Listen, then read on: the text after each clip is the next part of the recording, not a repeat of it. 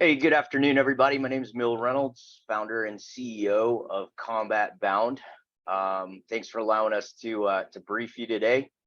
We're warfighters supporting warfighters and first responders, addressing gaps, seams, and redundancies we faced while in uniform, and then later as government civilians and contractors. Our deployed combat experience are what inspired our innovations. So I'm going to move through the deck pretty quickly. But if you need anything, our contact information will be in the chat.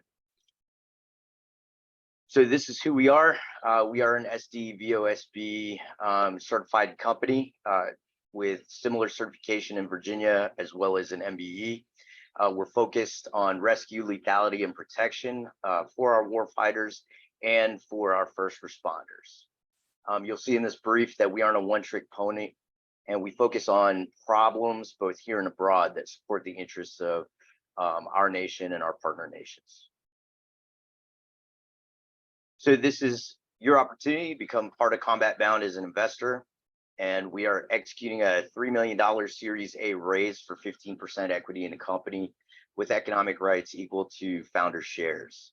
The two systems you see on this slide are the main focus of the brief, since the capital raise is intended to bring these two innovations to market on the heels of recent successes in the cyber program and other contracts and opportunities. So the first technology is a pervasive EW capability. Right now, the stuff that I carried in Army Special Operations, as well as what's deployed now, has swap issues, coverage issues, and have multi-platform requirements for 360-degree protection. Essentially, what we've come up with is a radio-sized, and that's a handheld radio, like an embedder capability that is multifunction, lightweight, and easy to use. So quick story about this, the maneuver community, as I was working, and a lot of our guys within Combat Bound were working both in uniform and as civil servants and contractors, called for a cyber grenade. They've been calling for it for about 10 years. I know when I was there, when the initial argument happened between the Maneuver Center of Excellence and the Cyber Center of Excellence on defining what exactly they wanted in terms of a quote unquote cyber grenade. So the Puka is the closest technologies come to it with our software defined design. And even the platforms in use by special operations globally have not come close in form factor or in multifunctional capability. If units were available today, we've actually got USASOC and Canadian Special Operations kind of in line to make purchases for combat validation. So the solution itself is called the Puka. It began in my garage with commercial parts in 2016 as a former infantry dude, having to carry everything in Afghanistan, Iraq, Africa, and Southeast Asia. I was frustrated with what we were being issued. So, I took it upon myself to get commercial parts and start soldering in my garage. The first prototype of the Puka was passive detection and multiband RCIED and signal jamming. Again, our man-pack system is truly a man-pack system, not a men-pack system. So essentially what you're seeing here are the three first versions of the Puka. The first two were analog. We've got V3 and benchtop prototype now. That's about TRL 4.5 as a software-defined capability and functional. The next is combat evacuation and extraction. So we saw the need for this capability firsthand in multiple types of environments in Afghanistan, Iraq, Africa, and Southeast Asia again, where I had boots on the ground. I was working through training and actual operations. And so, the litters that we were being issued had to be fully deployed, were, you had to adjust your jump load because of weight and size, et cetera. So I thought that we could do better. So as you're looking at this slide at the leftmost, that's actually from the Special Forces medical course at what used to be Fort Bragg and now is Fort Liberty. So when you're talking about a two-person drag, or a 2 to 4 person lift, you're taking that combat power out. And when you're operating in small elements, like squads, where you've got 10 to 12 personnel, 2 to 4 people out of your formation is quite a bit, plus the casualty. So what we came up with was the Rescue. We designed it to take the most best-in-class features that we wanted and needed, and built it into this. So this picture is actually an AFSOC unit testing them. The pararescue guys have loved this, just because you can use it depending on METTC, mission enemy troops, terrain, time, and civilians. If you're not familiar with that acronym, as with most of us that have served, I speak acronym fluently.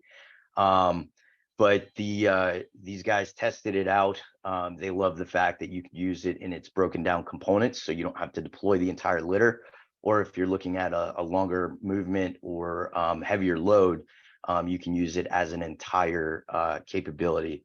In addition to the fact that you're still able to accurately wield your weapon, your personal weapon or crew serve weapon as you move.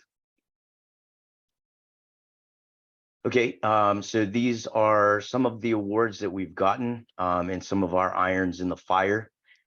Speaking to this specifically, SOCOM has shown interest in both the Rescue and Puka, and we're in the process of getting CRADAs established for both of those. There's been testing and interest in both from USASOC, from the SEALs, and from AFSOC.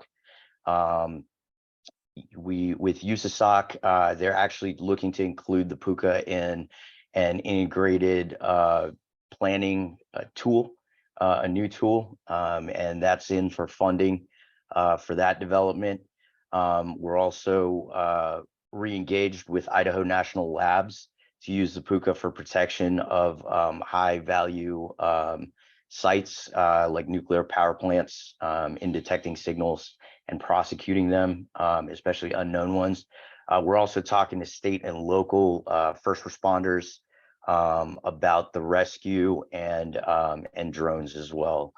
On the more commercial side and foreign military sales side, we're actually working hand in hand with Honeywell on integration projects for the Puka in Japan, as well as for the Air Force.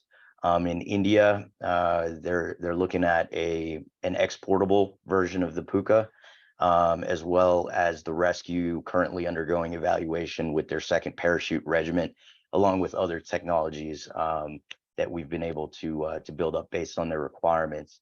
In the Philippines, they're also evaluating the Rescue, and they're looking to go through FMS for an exportable version of the Puka here in the next year.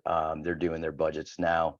And we recently just signed on with a partner in Colombia and Ecuador for rescue sales. In Colombia, their special operations have a requirement for 3,600 rescues.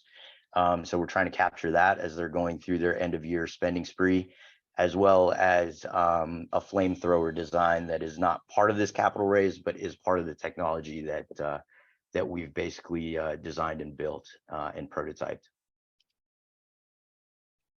So these are just a smattering of our current customers, partners for both of our technologies that we're discussing here today, as well as innovation and service and software partners. This is our leadership team. As you can see, two of us are former Army guys. Don't hold that against us. Our CTO was in other government agency type. Frank Hunt, who's our COO, is a retired Navy captain and retired GS-15. Worked for the Joint Staff as an integrator. And Lance Stover is our Chief Products Officer with an Air Force background. So I think that's our time. We greatly appreciate your interest, and thank you so much for spending this time with us and listening to our presentation. We'd love to talk to anyone and everyone that's a potential investor or anyone that's interested in possibly working with us. We'd appreciate introductions to anyone you know that might be interested. We have contact info in the chat area. please feel free to reach out to us and me specifically at any time. Thank you.